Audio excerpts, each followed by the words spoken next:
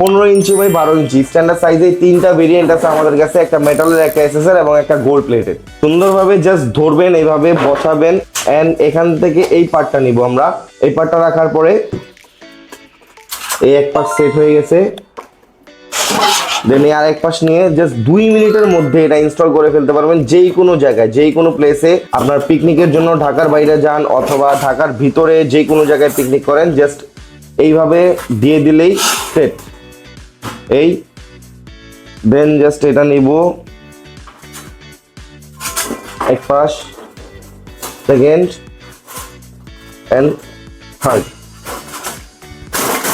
দেখেন এটা fully set হয়ে গেছে। এখন এটা কিন্তু চাইলেও খুলতে পারবেন না আপনারা, ফুললি সেট।